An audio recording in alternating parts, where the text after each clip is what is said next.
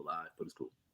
All right, we live on location. Not on location, but Location. we live, baby.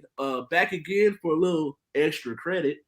So Mhm. now watching J.U.K Sports Show here for a little extra time, but we gonna jump before we get into everything and get this joint going.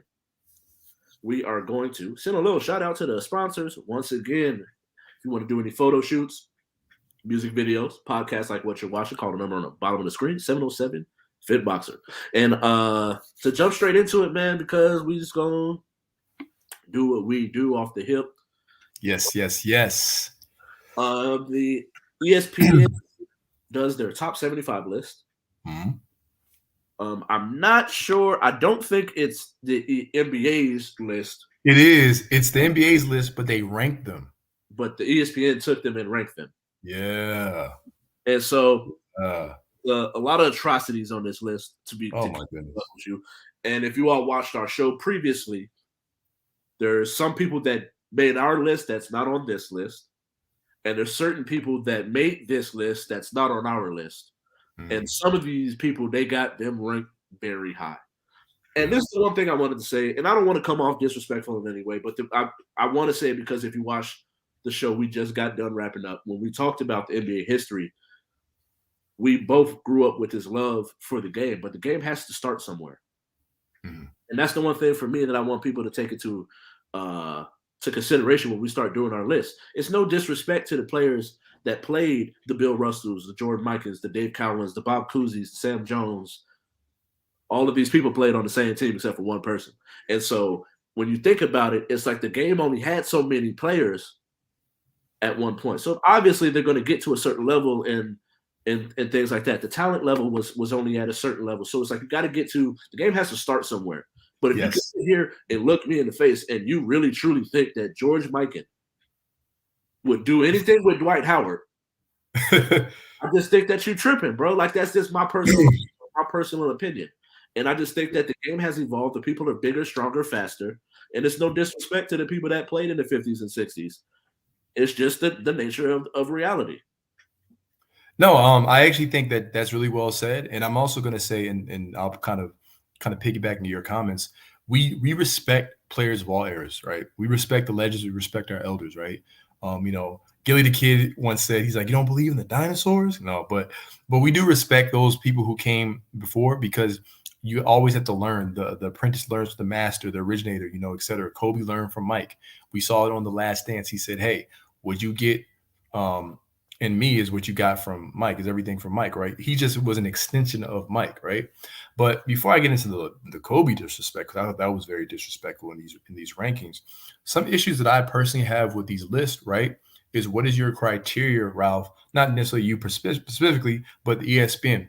Every single year, every single summer, obviously not the summer, but usually in the summertime, they come up with the NBA's top 10 greatest players of all time list. And you know what I noticed? It never changes. It's always the same 10 players, right? And there's never any criteria. And then there's this huge debate on TV where people will put these things out and they don't really give context. And then they get to Wilt and they get to Bill Russell and they mention these accolades. But like, yeah, man, they'll say he's hard to rank, but then they always put him ahead of people who played in more talented, rich eras, etc. So here's how I kind of look at him, right? And then we'll kind of dive into the list. I do believe that we should judge players relative to their respective eras. I do believe that. Okay. But there is one caveat. Also, in doing so, I think you can look at their respective eras and you need to look at who they played at their positions Mhm. and what they were able to do depending on the situation they were in, whether they're in a winning situation or a situation devoid of talent, for example. And then we can kind of get into this. I look at a guy like Hakeem Olajuwon, who me and you we hold in high regard, and I've watched many videos on him, YouTube videos, did research on him, watched film. He was in the league when I was a kid, even though he was older and past his prime. And Hakeem Olajuwon, I've told you this before, he's the one player that if he's ever on the top 10 list, he has won and accomplished the most, right? With the least amount of help outside of maybe like Kobe in NBA history, period. And he played in the most dominant era of big men. So that's kind of what I look at. I'm like, what are you doing at your position? Who do you have to go up against? What is your peak? And what are you doing with less? So I'm still respecting these other eras, the 60s, the 50s, the 70s, 80s, 90s, etc. But within that, I'm looking at what were you really doing? What was Magic Johnson's competition at his position? Can you name 10 Hall of Fame point guards that Magic went up against? I know sacrilege. Magic and Larry Bird played on super teams, sacrilege. Magic Johnson has no defensive accolades, sacrilege. And Kobe and Tim Duncan, who I rank lower on this list, have more playoff success than Magic, right? Were two-way players. Magic never was, right? Have the same number of rings as Magic. And I'm just saying this, right? And when you look at the talent that they played, Kobe Bryant beat more 50-plus win teams in 3 years than Magic did his entire career. And people are like, well, Magic, he caught AIDS. Larry Bird had a bad back. They would have played longer. But Kobe tore his Achilles. He would have played longer. So my thing is, you have to keep the arguments consistent. So I think the biggest thing that I have, Ralph, and then we'll start to kind of go on disagreements we have in the list numerically, is they never really give a criteria for these lists. Drops Mike. On that, what you feel? Now, you want to start getting into it? We'll start talking about this and why one of the things that I do. Yeah. I think the first thing I think of is at your peak, at the height of the peak. Where did you rank as a player, regardless of things? So like this, where I start to talk about like Tracy McGrady. Yeah. Why I have Tracy McGrady on my list versus other people. At the height of his peak, there's not too many players, regardless of position, who were a better basketball player than Tracy McGrady. I agree. Regardless of how long that peak was, some people had that were good for 10, 12 years. Some people were, Tracy McGrady's instance, he was good for 8, 9 years. Mm-hmm. Where I think that's the start of it. Now, when you start to think about accolades and success relative to who was on your team and things like that, that's where I think that certain players, how you bring up Hakeem Olajuwon, winning 2 titles, especially that first one, because he didn't have Clyde. Facts. He had Clyde. He's so underrated, bro. He's so underrated. It's so it's like the second best player is Sam Cassell, Kenny Smith. He was Ori on there that year? Ori was off the bench. Yeah, but he didn't have, like, his second best player just wasn't a star yet. Like, we just didn't have that star yet. And he dominated David Robinson, Shaq, and Patrick Ewing all in that same time period. Like, dominated. Right. Yeah. And these are 3, like, all-time bigs. Yes.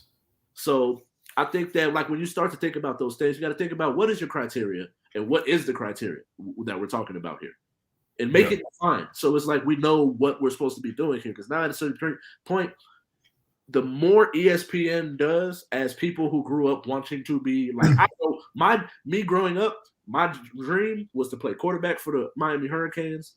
Nice. And I wanted to be an ESPN analyst. Bro, I wanted to be on SportsCenter. SportsCenter. I wanted to be Stuart Scott. I saw Stuart Scott. Was the dude that made me want to do exactly what I'm doing now. Rest in peace to him. Yeah. He's a legend, bro. And so legend, DJ Khaled voice, legend. But but yeah, man, the more they do, the more you see certain stuff. It's like y'all start to look at pounds at a certain point. Yeah. And we're looking at this list. It's like, come on, bro. How do you have Kobe at 10? No disrespect to Oscar Robertson, but you're telling me he was a better player than Kobe? And we're not even saying that he needs to be 1, or even 2 or anything like that. But it's like there are certain people on that top 10 that he's more skilled in, and he accomplished more with less than. You know what I'm saying? Like I have in my top 5 right here. If people really wanted my honest opinion, because everyone knows he's my favorite player all the time. And I remember I watched this crazy video about like his context of his career. But I've always said Kobe Bryant in a vacuum, depending on how much you want to give it. He could be as high as 3, could be. I know some people think that's sacrilegious, or for me, as low as 5. For me. If someone puts him at 6, I'm not going to be upset about it. You know what I'm saying? I'm really not. It's just that when they say he's they'll put him in the top 10, but I'm like, Ralph, for me, just as a true fan, it's like if someone was disrespecting Jordan, right? It's like, it's almost like I know these people, they're not better than that dude, bro. Like, you get what I'm saying? Like, they're just not. Like, and then when you have peers, right? Peers or even Magic Johnson, they'll say Kobe Bryant is the greatest Laker of all time. Okay, right. He'll say that. But then you don't have him ahead of him on the list, yet Magic only played for the Lakers and Kobe only played for the Lakers. Right. You feel what I'm saying? So that's what I'm saying. I never even said he's 1 or 2, even though some people have like a new MJ Cole thing, whatever. He's always in my top 5, period. So right. But yeah, I think I get it. I do. There's some of these that I think you just kind of picking teeth at a certain point, or picking just kind of nitpicking at a certain point. Where and some people throw him in as default, like Wilt and Bill Russell. Bill Russell's not top 10 to me. I'm sorry. I know. In my personal opinion, no. Okay. I can see him in the 15. I'll argue him in the 15, but I don't, because some people have him so high that I feel like it's disrespectful to have him too low. Right. But it's like at a certain point, I totally disagree with you. I would not have George Mikan on my list of 75 players. I just would not. John Havlicek ahead of Dolph Shades. No, yeah. John Havlicek, yes, because of his whole entire game. Yeah, he was good, but just ahead of some of them guys, I'm like, Right. So it's like when you start you go Mike at number 1. Nobody's really, not too many people are going to argue with you there. Yeah. LeBron at 2. Fair enough, but you can argue it. You can argue it. Yeah. But that high, then this is the part where I'm like, the fact that Kobe is not nowhere near in this. He's not in any of them. You got him. You go from him possibly being at 3 to all the way at 10. Yeah. Where you just look about, like I said, peak. At your peak, did Kobe have a weakness? No. Now people say, well, he didn't pass the ball, but look who was on that team. He's like this. This is the one thing I'll say. He's literally an image of Mike. So it's like if Mike might have had certain advantages that Kobe didn't have, but there's some advantages that Kobe had that Mike didn't have. But they both had no weaknesses. Exactly. And it's like, how can he, as good as LeBron is, he has clear weaknesses in his game. Right. He does. And you know what I think is interesting, Ralph, and I think you probably, because I know you're a very smart individual and you see these lists all the time. If you notice, what they were doing is the media is doing revisionist history, and it really started at the end of Kobe's career, right? And obviously, him getting injured and all the Achilles, and they really started to go and get on it. But I'm going to talk about Tim Duncan. I love Tim Duncan, right? I actually do. KD's my favorite player, not my favorite player. KD's my favorite power forward of all time, though, period. But as I started to look more into Tim Duncan's career, I was like, okay, Tim Duncan really was that good. And I figured it out like this. Kobe and my brother, big brother, shout out to Big Bro. He actually broke it down like this, though. He was like, yeah, Kobe and Tim Duncan, they really kind of stole each other's rings. They're really technically the Magic and Bird. That Magic and Bird was just in their era. Like literally, they were that good. Like Tim Duncan, like his resume, his fundamentals, he was just quiet. But people are now doing what I call revisionist history. And what we talk about that to our viewers and stuff is this. At no point in time, with all due respect to Tim Duncan, was he widely considered the best player for a 5-year stretch like Kobe Bryant was, or even longer. Like back when we were watching it, he wasn't. Now 02, 03, okay, I give it to you. Okay, they talked about that because T-Mac was in that discussion. Shaq was in that discussion because Kobe still had Shaq. So Kobe wasn't definitively 05, 06, 07, 08, 09, 10 Kobe, right? But and then he beat Tim Duncan, right, head to head in 08 in the Western Conference Finals. Tim Duncan was fresh off a championship that Tony Parker won the Finals MVP. Kobe beat him in 5 games. The same during that three-peat, right, or that three-year stretch, Kobe won a gold medal as the leader of the Redeem team. Tim Duncan won a bronze medal. That's the reason why the Redeem team even exists. So it's like, when was Tim Duncan ever better than Kobe? But I'll tell you what, I actually have Kobe, Duncan, and Shaq. They've always been in the same order for me on my top 10 list because I always say Kobe was the best of his era. Duncan was the most valuable of his era, and Shaq was the most dominant of his era. I'm like, can you tell the story of the 2000s without Shaq? Hell no. Can you tell the story of the 2000s without Duncan? Hell no. And can you tell the story uh, of the 2000s without Kobe? Hell no. And I think the issue with Kobe, Ralph, is this. My little last point on Kobe is this. Let's be real. We just got to keep it real. Put everything to the table. You know it, so I got to tell you. But so many people to this day, I know because I'm on Reddit, I'm on forums, I'm on YouTube. So many people had this hatred and still do of Kobe in their heart because he was, spitting image of MJ, and it took people to come around. Some people hate because of what he did toward their teams, like period. It was ridiculous, right? And I think, some of I'm not saying he was a bad player, but the perception of the media of him being a bad teammate or whatever, they always try to put whatever like faults that he had as a leader glowing and out there. And then you have the Colorado case. You just got to call what it is, right? And so the perception of Kobe, I think it got skewed somewhere. You get what I'm saying? Like, it, but it's like it got skewed. And so now we see these lists over and over again. And at this point, it's like, bro, the next generation is like, you're trying to teach them that this dude wasn't nice like that.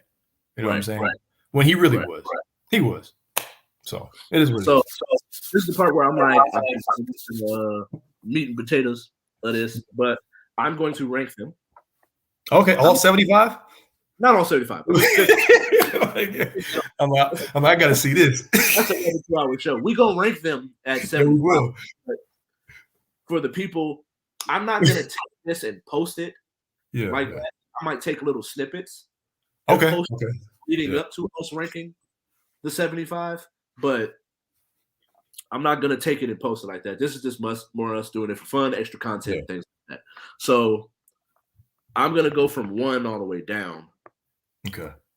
Because I think that'll help me. So obviously for me, I have Mike, Kobe. Okay. And then Kareem. Nice. And so this is the thing for me. It kind of makes me this is where I'll throw LeBron in and Kareem. Okay. While also making this point is that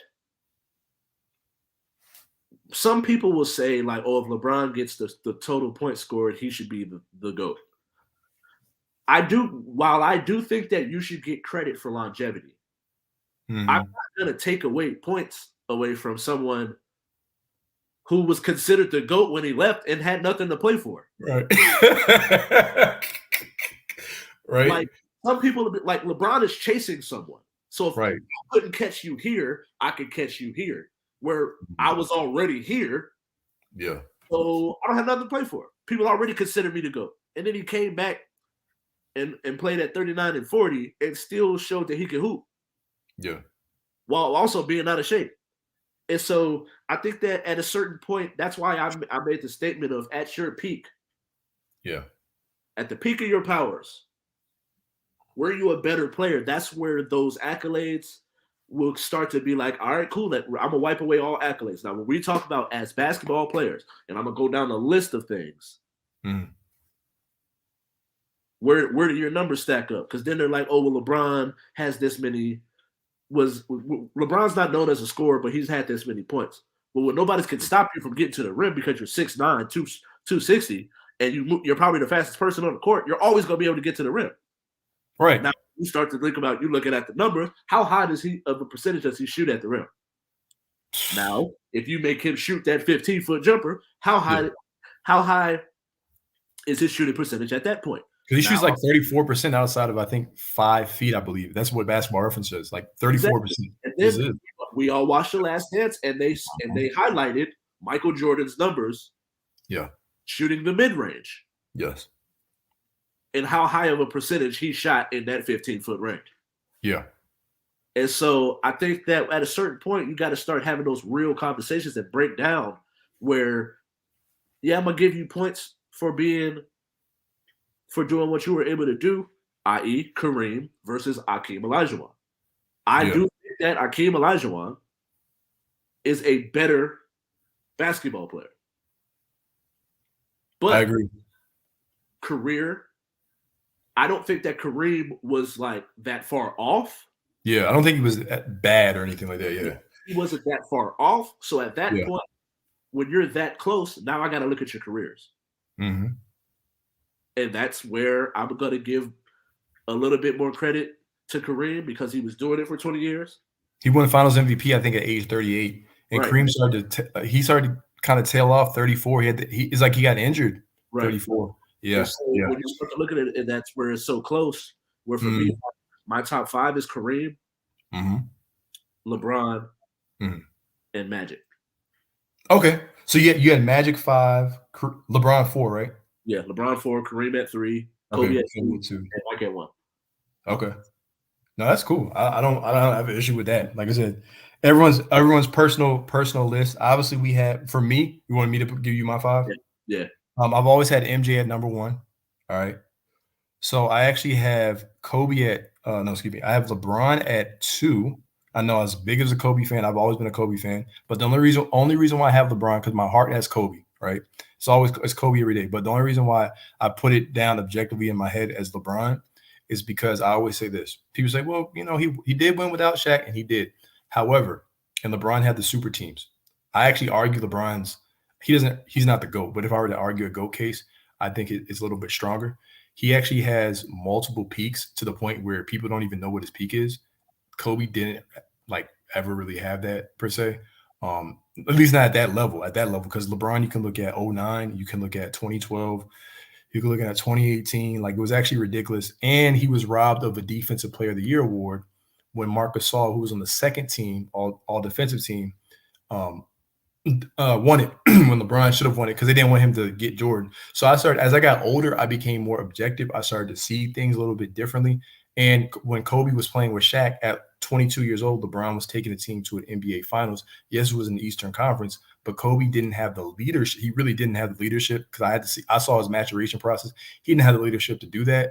And I think LeBron genetically, when he fails, because he was blessed with all these gifts, people were like, yo, you're not supposed to fail. But I think it's more of him being a hindrance of him usurping MJ, right? So as I got older, Ralph, I started to realize that every single thing that I say is kind of a knock on LeBron is more for me not to be able to put him in the GOAT position than more of it being him not being better than Kobe. So I actually do think he's slightly better, but Kobe's more of a skilled individual player. You know what I'm saying? Yeah. So it's almost like a Jay-Z versus Nas thing. It's like, okay, well, Jay-Z, career-wise, you could make the case like, okay, he has everything, but Nas is a better rapper and he's more of the people's choice. You get what I'm saying? So MJ 1, LeBron 2, Kobe 3, Hakeem 4 for all the reasons that I mentioned. Then I have Kareem 5, and then I go Duncan, Shaq, Bird, Magic, and I think Wilt was like there too. So yeah, there you go. So Duncan's always underneath Kobe for me. Yeah, I think at 6. I mean Kareem, my bad, excuse me. I think at 6, I'd probably go. I think for me at 6, I'd probably end up going Larry Bird. Any era, he can play in any era. Right. I think Larry Bird. And this is one of those things where I think like his peak as an individual basketball player supersedes the rest of the players. Yeah. That's left on this list. And then at that point, I'm gonna have KG. Nice. And Shaq. And then at 10. Nope, not Shaq. I'm gonna have Hakeem underneath that. Okay, Hakeem. Okay. So Hakeem ahead or after KG? Hakeem after KG. Okay. So that's what? And then that gives me 10. Yeah, it gives you 10. Okay, cool. So at 6, we got Bird. 7, we got KG. We got Tim Duncan, and then Hakeem, and then Shaq. Okay. So I had 1 MJ, 2 LeBron, 3 Kobe, 4 Hakeem. Because if you look at their careers are actually it's weird how similar their accolades are too, But one thing I want to say about Hakeem, I think I mentioned this on our show one time, bro, right? With Hakeem Olajuwon, people are like, well, he won those 2 rings and Jordan wasn't there. Do people realize that when Jordan was losing to the 1986 Celtics, right? And fairly so because it was a super team, right? Larry Bird did play in the super team. I'll say that. But I have him ahead of Magic, though. Hakeem Olajuwon beat the Showtime Lakers with a prime Magic Johnson, and Kareem Abdul-Jabbar was there as well. He beat them. It was just him and Ralph Sampson, the role players.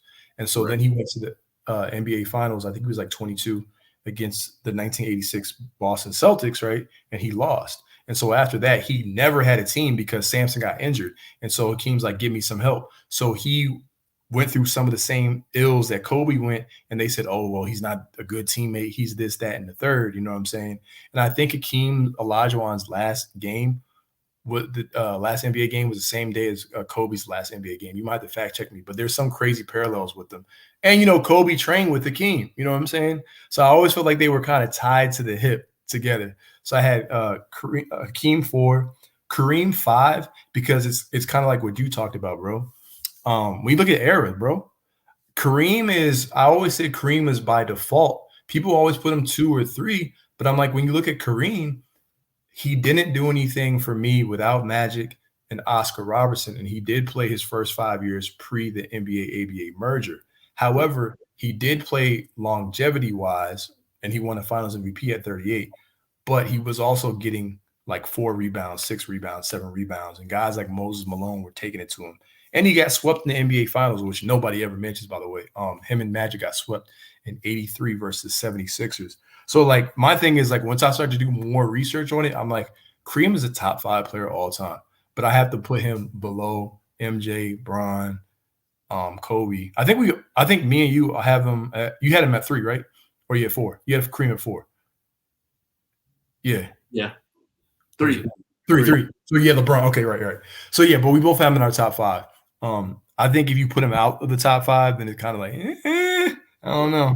People can be bugging. Then number 6, I had Tim Duncan. He has a longevity of a Kareem Abdul-Jabbar, but I think Tim Duncan played with better circumstances. True. Right? But everyone in my top 5 is a two-way player. Then Tim Duncan's right there. And then I always believed that he was a little more valuable than Shaq. But I think Shaq having a top 3 peak all time is right comfortably underneath Tim Duncan. And then I had Larry Bird ahead of Magic Johnson only because Larry Bird won 3 MVPs in the 80s, was a more skilled player, like you said, could play in any era. And I look at the fact that when Magic Johnson played, he played in the Western Conference, and that was actually the weaker conference back then, where you had teams that won like 30s. You said what? I might want to switch this list. Oh, no. Hey, bro, but that's why that's the cool thing. We have these discussions because it's like, we might do in the show, but like, you know what? Maybe, you know what I'm saying? That's what we always do. So, and that's cool. Akeem's numbers against the Lakers. Yeah. He went off. This man had 28 and 16, 22 and 13, 40 and 12, 35 and 8, and 30 and 7. Hey, I'll give you this. You'll like this. Look up what Michael Jordan said about Hakeem, because he said that he would pick Hakeem on his all-time list. He said that leaves a lot of centers out. So, I mean, he would pick him. That's his favorite center. Like, he's like, I got to pick him because he was top 10 in steals, too, as a big man. True. So, but anyway, but to end my list, I was like, Larry Bird, because he won 3 MVPs during the 80s. Magic Johnson played in a weaker Western Conference at the time, which I believe he had like a 32 win. He faced 3 or 4 teams that had like 35 wins, which is insane, with Kareem on his team. Right. Larry Bird never had that. He never played with the top 3, the all-time leading scorer. So I give Bird the edge based off skills and defense and that. Then Magic, because they were the 2 best players in the era, right? And then to end it off, I go Wilt. I don't go Russell. I go Wilt because I feel like Wilt is kind of like that one-on-one. Yeah. And then after that, we get to probably, like we were talking before the show, probably like the KDs and Currys. And I don't know where you have Curry at. I know you're CB3 guy, which is fair. But where would you put Curry on? Because they had him pretty high on this list. I think they had him at 15. 16. Okay. So who's ahead of him? Let me see. Because I had Shaq at 10. Yeah. So at 11, I'm gonna go Wilt. I used to have Shaq at 10 a long time ago, by the way. Yeah. Like 2 months ago. I would go Wilt, KD. Okay. Julius Erving. They got Dr. J at 14. Okay. Julius Irving, Steph. Mm-hmm. I'm trying to think. Steph at 14. Should Dirk really be this high? Because they had him at 17. The way you said that, bro. You was like, don't ask me that again, Kai. Not even close to this, bro. So, like I said, I'm going to go Wilt. Okay. Wilt. And then I already put KG in there, right? Yeah, you had KG, I think, like 7 or 8. Let me see. Yeah. Yeah. So I'm going to go Wilt. And then I'm going to go, what was it? Wilt, KD, Julius Irving, Steph, and then I'll probably go Bill Russell at that point. Now, I got a question for you. Be honest, though. Be honest. I actually don't have him. I don't have him at 18, though. But then again, if KD's that high, wow. I'm sorry. I'm looking at the list. I'm going to ask you a question, though. So Giannis, right? Giannis, because we talked about this months ago. It was actually, I think maybe a year or two ago when me and Tara, we said Giannis will eventually be top 5 power forward. Now I have him my top 5 power forwards. I had him at 4 or 3. But his progression rate is insane, especially if he wins the Finals MVP, Defensive Player of the Year award, MVP this year, and the championship. Let's say he wins like everything but the MVP this year. He would have 2 Defensive Player of the Year, 2 Defensive Player of the Year awards, 2 Finals MVPs, Most Improved Player. He would pretty much have won everything. He would be the only player since I think Michael Jordan and maybe Akeem Olajuwon in NBA history to ever do any of that. No one's actually won them all in the same year. He would have to win the MVP, which I think Embiid will probably get it depending on if Harden comes back. They have Giannis at 18. I think that's too high. Yeah, I actually had him in my top 25. I never had him higher than 20 yet. I feel like they're projecting because I'm sure you listen to like the media, right? A lot of people have said this, because I know you've probably heard this thing. People say at the end of his career, Giannis will be, some say he'll be top 5. Some say will be top 10. Some people say he'll be the GOAT. I think Michael Jordan will always be the GOAT, but Giannis could be the most dominant player of all time. If he winds up being the GOAT, I think that's going to be personal preference eventually because everyone's going to have their own preference. You're either going to like MJ, you're either going to like LeBron. I think he actually could surpass LeBron. I'm not even lying, bro. I really do think. Yeah, but I don't have him. I'm saying all this. I'm rambling because 18, I had him top 25. 18, do you think 18 is too high? Yes. Okay. I think 20. I have him high. I don't have him over certain people. Like if you remember, he was not yet. I think I had him at 4 as far as power forwards. I had him above Karl Malone, or I might have had him above Karl Malone. Right. I had go ahead. And I think that I don't think he's better than Chuck currently. Okay. And this is the one thing for me, and I might not, and I even struggle with the whole because I think I had Dirk at 4, honestly. No, I think you had Dirk at 6. I think we both had Dirk like slightly out. I could be wrong though. I think we both had him like right about it. With his actual championship, current right now. I think if I'm gonna weigh the titles, I'm gonna give more credit to Dirk because of I don't think his second or third best player on that team is better than Drew Holiday or Chris Middleton. No, I think what you like, and I'll put it like this, bro. At least like kind of how my perspective is this. Like sometimes players are better. Like I'll have a player better, at least for me. A player can be better than somebody all time, but you can have a better postseason run. It's kind of like the Flacco situation in all sports. You could have a great postseason run. Now, Hakeem, like Olajuwon, the dude was just nice with everything. You know what I'm saying? But I agree. If someone told me Giannis Antetokounmpo's 2020 run was better than Dirk's, Tim Duncan's 03, Kobe's 09, maybe it's on par Kobe's 09, but probably not. What else? Give me another one, like 94 or any of Jordan's. I'm going to say no, right? But if we just say like projection, accolades, peak, Giannis's peak is insane. I have him ahead of Kawhi, and I remember I went on our basketball chat and I told people, I said I'm a man enough and I actually think Kawhi is extremely underrated just in terms of a player. But I said I'm man enough where I actually believe like if Kawhi was healthy right now, I'm actually going to take Giannis over him because there are certain things that Giannis does in the game that I know that Kawhi right now, I don't think he can guard him anymore. It's not the Giannis of 2019. Like it's just you get what I'm saying? Like I'm man enough to where I can be like, okay, if you rank Kawhi top 30, I'm going to rank Giannis top 25 right now. I think top 25, is fair. I think people who would say, oh, he's like the 50th greatest. I'm like, no, he's George Mikan is not better than Giannis. Right. Like, he's just okay. I just wanted your perspective because I know how you feel about Giannis and we talk about these things, but I just kind of wanted your perspective. I think that's objective. Because I just think at a certain point, bro, like when you're 7 foot and you can move like that. Yeah. That alone, like when it's if this the nature of the beast, when you start talking about LeBron's ability to get to the rim. Yeah. Like, I think Giannis is the lankiness of Giannis versus who he's going up against. Yeah. But if you put him up against a KG, I don't think he's destroying KG. I don't think he's destroying KG. I don't. I actually saw a video and I thought it was actually kind of disrespectful because I follow him on Instagram and he's very popular, ball don't stop. He said he'd be Amari. I was like, no, he wouldn't be Amari because I think what we have to do is if you're great, you will still be great in any era. What people overlook is I think offensively, Giannis may have some, even though he's improved, he may have some struggles in maybe the 2000s, but you have to look at both sides of the ball.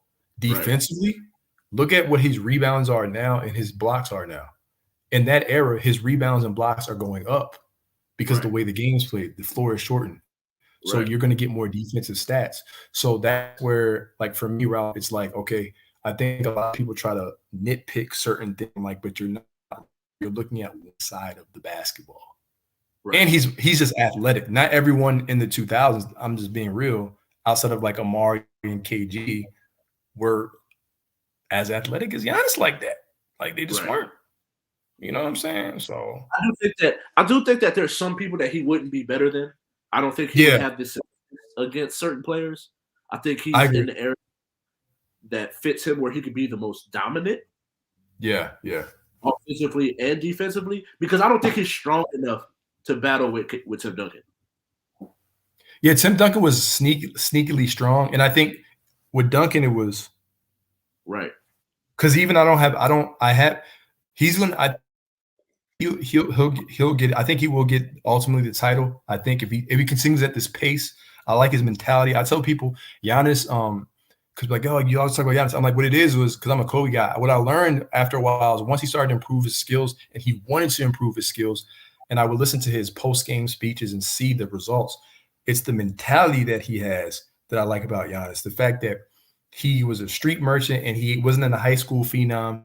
He wasn't a college phenom like MJ, a high school phenom like LeBron, like Kobe, where I feel like it's a serious conversation people have to have. It's like, just don't be on the wrong side of history with him. It's like, if he continues to do what he does, at some point, there's going to be a discussion that may make some people feel uncomfortable because of nostalgia.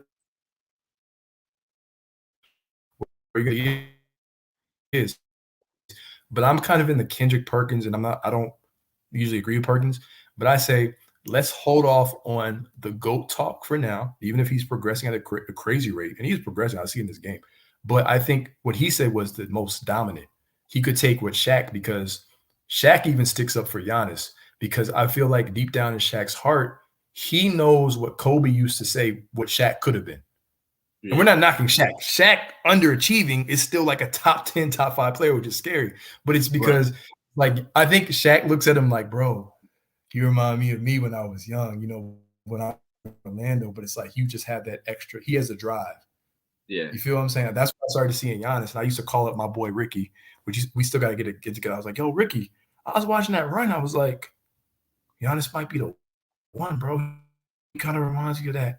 It's just that Shaq plays center and Giannis plays that power forward position. So I think whenever I see ESPN list, and I'm glad I got a chance to talk to you about it, I think he's like he's like a weird person to rank because he's in the now. You know what I'm saying? So, and we're still on the. Let's be real, like KD's nice, so we enjoy KD, and we're allowed to still enjoy KD. You know what I'm saying? We don't have to throw him to the side. Giannis being great doesn't change my ranking to KD. Yeah, right. So like, yeah. Right. Yeah. Well, I still don't think he's the best player currently. Yeah. You still have KD, right? So he shows me otherwise, or KD regresses. Yeah. Until then, I do think it's going to be interesting having a Ben Simmons, and not to take this into a whole nother conversation because we get it's the after hour show. So, but like, if you have a motivated Ben Simmons and you can just throw him at Giannis, it's definitely going to be interesting. I think another thing that's interesting is don't throw Drummond on him. I think another thing that's going to be interesting is so many different cities are laxing on the mask mandate, the vaccine mandate. Yeah, our city. And like I just went to New Jersey, and you don't have to wear a mask out there no more. So, and that's 30 minutes. If you had the conversation with me, that's 30 minutes away from Brooklyn, Manhattan, and the rest of the borough. So it's like at a certain point, what conversation are you going to be? I think a conversation is going to be had. It's going to be interesting because when the playoffs start, April, May. If New York gets to start in April. If it gets to a certain point where the Nets are able to get Kyrie for a 7-game series. And that's the thing where I was looking at an offseason, bro. I was like, and me and Tar talked about this because we talked about this over and over because I know how he feels about the Nets. And it's like their moves to me, it's not that they were bad moves. We actually had a nice conversation over the weekend. It's a thing that you admit that you made a mistake, but then the people that you got back, were they really better than what you let go? And we're not talking about mainly James Harden. Karis LeVert and Karis LeVert, Spencer Dinwiddie, I forgot who else they got rid of, and they also got rid of Jared Allen. Andre Drummond is not better than Jared Allen. He's just not. Like he never has been. Joel Embiid will eat him alive. Joel Embiid versus Jared Allen is a little bit different, but Embiid's still going to always have his way. Karis LeVert was a 20-point per game scorer. We saw what he's doing. And so you may have to go up against a Cleveland who's motivated to show you up, and your team already has chemistry issues. People just need to be real with it. So eventually they will get on the court. But as a fan, though, I want to see everyone healthy, bro. I want to see Philly and James Harden and Embiid because I don't think the Bucks defending their title is going to be easy. I tell people it's not going to be easy. I actually think it's going to be. We talked about it preseason. I think it's going to be the second one. They always say, this is a Bulls fan. The second one is always the hardest one. It's always going to be harder. Even if your best player got better, the second one, the journey to get to that second chip is what you find beauty in it. And if you fall short, you fall short. Miami is so great. So I'm with you. Let's see if Brooklyn can. Even though I don't have them making the NBA Finals, but let's see if they can get healthy and they're clicking because I want to see no questions being well, so-and-so, this is what happened and this is what happened. Because if people always say that, we have to do that at every single championship, you know what I'm saying? And then in Phoenix, I want to see Phoenix play a healthy Warriors with a Wiseman and a healthy Draymond Green. I want to see Steph Curry answer back to Ja Morant, who, quite frankly, I feel doesn't fear Steph and that squad. And I think Ja Morant is like the worst type of point guard to when you're talking about a Steph kryptonite kind of thing, those slashing point guards that just and someone that's not afraid of you. Right. It's like Steph versus Derrick Rose. Like, Steph may be better, but Derrick Rose is the type of point guard that you use to attack a Steph. You feel what I'm saying, bro? So I'm with you, bro. I want to see. I think this NBA playoffs is going to be fun, bro. Like, let's have everyone healthy, man. I think the one thing about the Nets that makes it interesting, though, is like, and I think it's funny because I think that with Tar, I understood what he was saying, but I disagreed to a certain extent because it's like when you watch them play, although it was only 13 games, they were so much better than any other team that was on that court. I told him that. With James Harden, Kyrie, and KD, you couldn't stop them. Yes, you could not stop them. There was nothing that you could do to stop them. So I get it. So it's like one of those things where you can understand why you would make that trade. Now, me personally, I would have left the team that I had. Yeah, because they were still that team was good. We just never got the chance to see them play it Exactly. out. Because Spencer Dinwiddie tore his ACL before they could even get going. I try to tell people that, and it falls on deaf ears because we talked and we were like, and he was like, well, like because Karis LeVert had a heart issue or whatever, and then Dinwiddie and everything, and people said James Harden came out. The rebuttal was Harden came in camp out of shape and all that. Look, I get that, but with all due respect, like you can't tell me that you can just project and predict that he was going to hurt his hamstring. I'm sorry, you couldn't predict all this stuff going on, and you just couldn't do it. And people say karma. You couldn't predict that Harden was going to get hurt and be out like that, though. I couldn't do it because I remember I was in the chat and I was like, yo, getting hurt. Yeah, he just didn't. And I was like, I told people, I was like, look, Milwaukee's a great team, but I said, as good as KD and Kyrie are, I said Harden is actually the catalyst. Yeah. Because remember the games we talked about in the podcast, Ralph, the games that Harden was out versus Giannis in the Bucks and all that. Remember the last 2 minutes of the game, KD and Kyrie were selling because Kyrie couldn't be the playmaker and they would take bad shots. And what did me and you say? If anyone can make the bad shots, it's those two. But if you're a team, you want to force them to take a bad shot. But when Harden got in there, they always got a good look, a good shot. You feel what I'm saying? So it was like what you were saying, like, bro, like you can't go under the screen. You can't go over the screen. You can't play 1-3-1 matchup zone. You can't play 2-3 zone. You definitely can't play the man-to-man. You were not beating them. Were they the best defensive team? No. But unless you had a dominant big like Joel Embiid, yes, the Brooklyn Nets were going to win the NBA championship. I'm sorry, they were. Yes, they were. And they had like James Harden hurt his hamstring. KD, like the game Kyrie got hurt, Kyrie was killing them. Mm-hmm. Thank you. literally. It was not like even if you just had two of them, it was nothing that you could do. You literally have the two best players out. And against most teams, you have two of the best players. Or like if you put both matchups together, I got my two best players is better than any two that you can put in a 2-on-2. And it might be like when when they play the Celtics, nobody's better than James Harden, Kyrie, or KD, in my personal opinion, regardless of who you put out there. Y'all know how much I love JB. I think that JB is the best player on that team, but he's still not better than Kyrie, who I think is the worst out of that group. Facts. And they're all efficient. And go ahead, Mike. Go ahead. Then when you go and you put them against the different matchups, all right, Giannis and KD is a wash. Mm-hmm. But ain't nobody on the Bucks better than any of them two players. Even if you put James Harden, who had pulled a hamstring, and put him on the bench, and now you got Kyrie. Neither one of them other two dudes is better than Kyrie, right? Because you see and the one thing they always bring up is defense with those two players. When it gets to playoff time, you don't go far in the playoffs without playing defense. James Harden is playing defense in the playoffs. Kyrie is solid. Mm-hmm. Like Kyrie is not he's not slight of foot where he can stay in front of you. He got good, quick hands.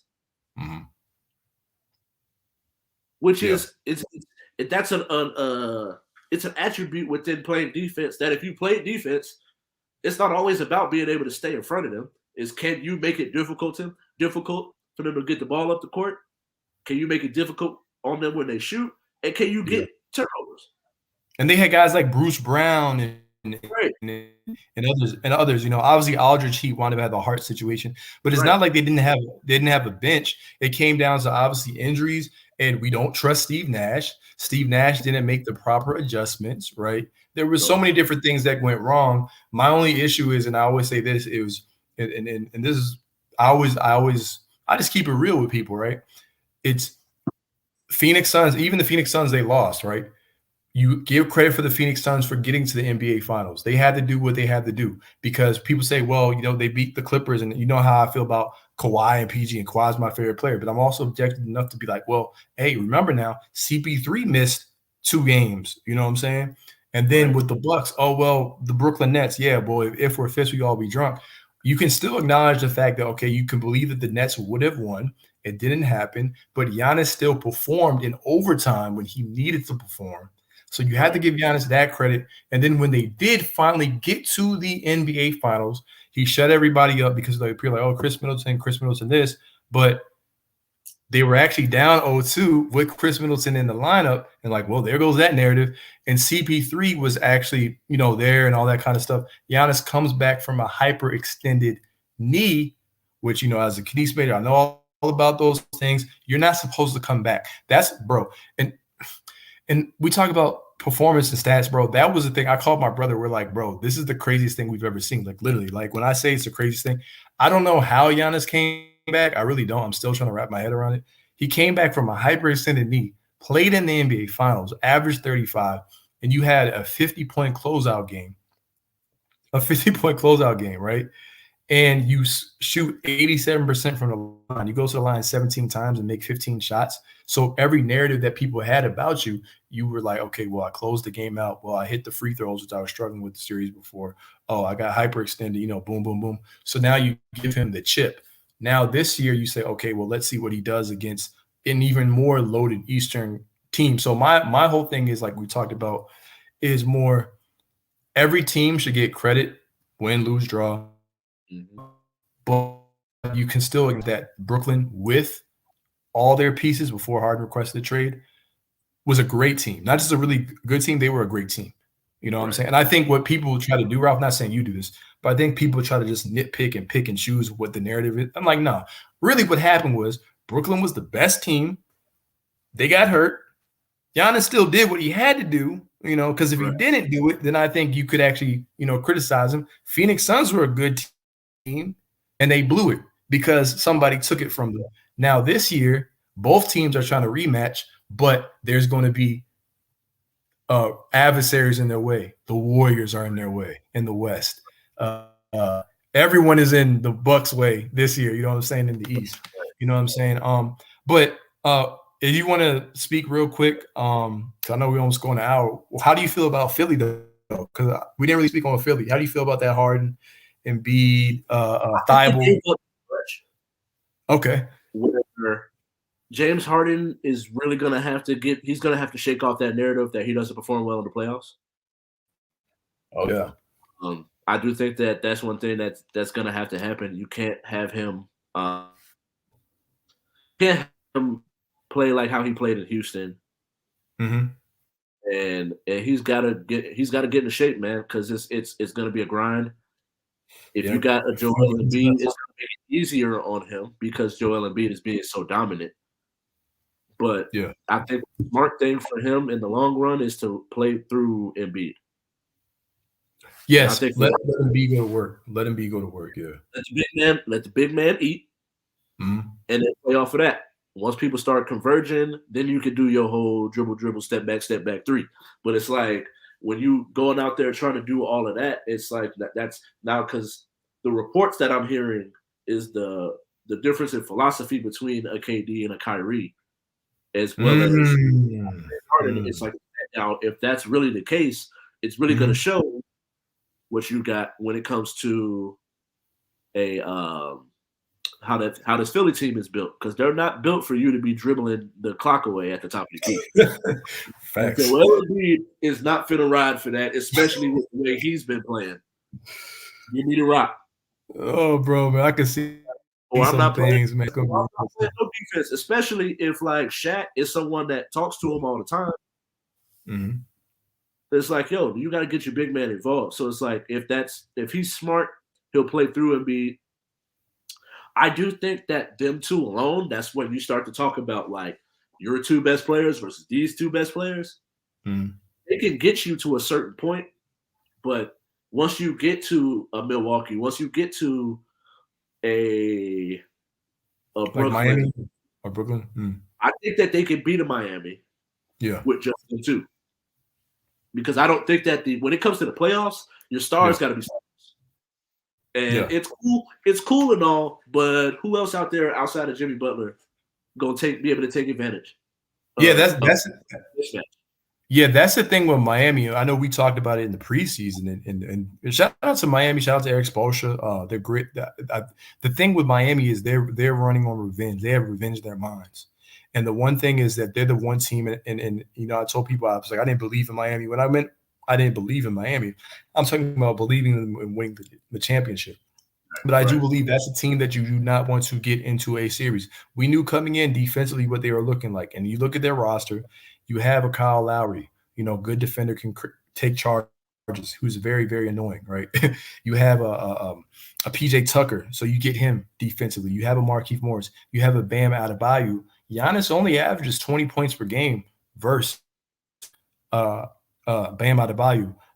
So that's one of those things, you know what I'm saying? Like some people can kind of neutralize some of the things that you do, but not just looking at it from the Milwaukee standpoint, they want to get revenge on them. But I feel like if you don't have chemistry and continuity, Miami can smell blood.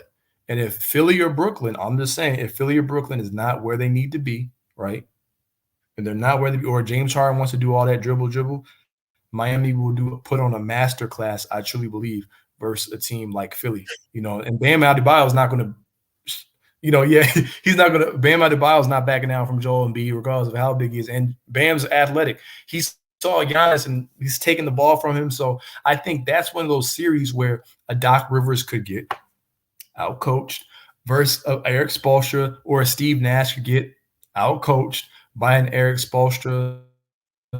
I think the Raptors are another team that they're not going to go far, but I know Fred VanVleet said, we can definitely cause some problems and different things like that for some teams in the first round, but they're not going to win anything. So when you say cause problems, I'm like, win a game, like cause problems, right? Are we taking? Depending on who they go against, they about to get swept. Yeah, depending on who they go against, Now if they go up against my Buzz Hornets, we have no chance. I'm saying, because we need some defense. But I think an underrated team, they're not going to do anything. But I just think in terms of just fireworks, look at Jason Tatum and Jaylen Brown to assert themselves, bro. Just for fun. Because remember, they did put Tatum put that 50 piece on Brooklyn, and they wanted no parts of that. KD wanted no parts of Tatum with that 50 piece. Without Jaylen last year, I was like, okay, you know what I'm saying? But I don't believe what they got going on right now is going to translate. So yeah, but yeah, man, these playoffs are gonna be very they're gonna be fun, man. They're gonna be fun, Ralph. I think they'll be fun. Oh, yeah, your Bulls. My bad. Your Bulls. Your thoughts on that? I think they're gonna be scary because it's when you start to think about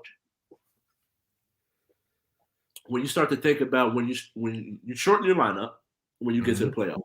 So if things are true and we could get Pat back at the end of next month, going in where we get about 10 games into the playoffs and you're bringing him off the bench and let him work his way back into shape, you do start to get to a certain point where you think about that lineup and you think about a Vooch, you got Pat, you got DeMar, you got Zach, you got Caruso, you got Lonzo, Io, Kobe White, and maybe another big off the bench to where Vooch and Pat don't have to play so many minutes as in bigger roles. So where it's like where you start to get to those points where you could throw a DeMar at the 4, Zach at the 3, Caruso, Lonzo, and then bring in your young players to play with anywhere from that 1 to that 3 spot. So I do think that with those, when you get like a Kobe White and an Io who can create their own shots, yeah, I do think it is going to be interesting to me, because I do think at the end of the day, if you can create your own shot for others as well as yourself, I do think that it's going to be crucial, man. I do think that we have a legitimate chance. The one thing I do think, in order for us to beat Milwaukee, we need Pat to play well. But I do think it's one of those things where, as the same way that Giannis, we got to guard Giannis, they got to guard us at the end of the day. Yeah. And it's like go ahead. And so I do think that we have a legitimate opportunity. I think between us and Miami, I'm picking us to go further. Yeah, you have the shot creators. That's the thing with Miami. I just don't see the offense on Miami. You know what I'm Right. saying? But it's just something about them where it's like they're just a team you don't want to take lightly. Because you know how the playoffs go. It's like, this team's gonna win, and the next thing you know, turnover. They force a turnover. Something happens. Someone gets ejected. Someone gets hurt. You know what I'm saying? Like, and I know you know Jimmy Butler really well. Like, they're not gonna come in there scared. No, not at all. You feel what I'm saying? But not at all, man. Like I kind of want to see you guys go up against Boston. I would pick you against Boston, but I kind of want to see a 6'9", how DeRozan will deal with that length at the 4, a 6'9" Tatum, and then Jaylen Brown versus Levine. You know, I think with you guys, obviously health, because health has not been on your side. You know, I heard that Levine got his knee drained, he got the plasma rich, you know, and all that kind of stuff. It's like, oh, I'm fine, but you know, knees linger. So I think monitoring the health of those guys. Lonzo Ball, I'm excited to see playoffs, though. I would like to see playoff LaMelo. Maybe we can play you guys in the playoffs. You know what I'm saying? So that's kind of my last points, man. I know we've been on here for. I think we'll finish in the top 3 regardless. I think we'll finish in the top 5 regardless. Okay, yeah. Yeah, I don't really see us dropping out, especially with Brooklyn. I think Brooklyn is real low right now, so I know I don't want us to have to play them first round. I hope they get into a 3, anywhere from 3 to 5. Because if they stay low, I'm cool, bro. I don't even want to. I still think we can beat them. Because I'm like, when you say, I feel you, but I think it depends on where they're at as a team, health wise, and some other things. You feel me? If you get them at their weak point, you feel what I'm saying? Because do you want to get them when they're strong? Exactly. When Kyrie and KD cooking, they're like, man, you should have took us out in the first round. Right. It's like, I wish Cleveland takes Brooklyn out. I'd rather see Cleveland and Brooklyn, bro. Yes, I'd much rather see Cleveland and Brooklyn. Yeah. But yo, that was fun. But hey, man, that was fun, bro. Yeah. Some extra content for me to break down. I'm gonna send you. I'm gonna take this and break down the first show in the segments to you in your email. But thank you all for watching. Peace.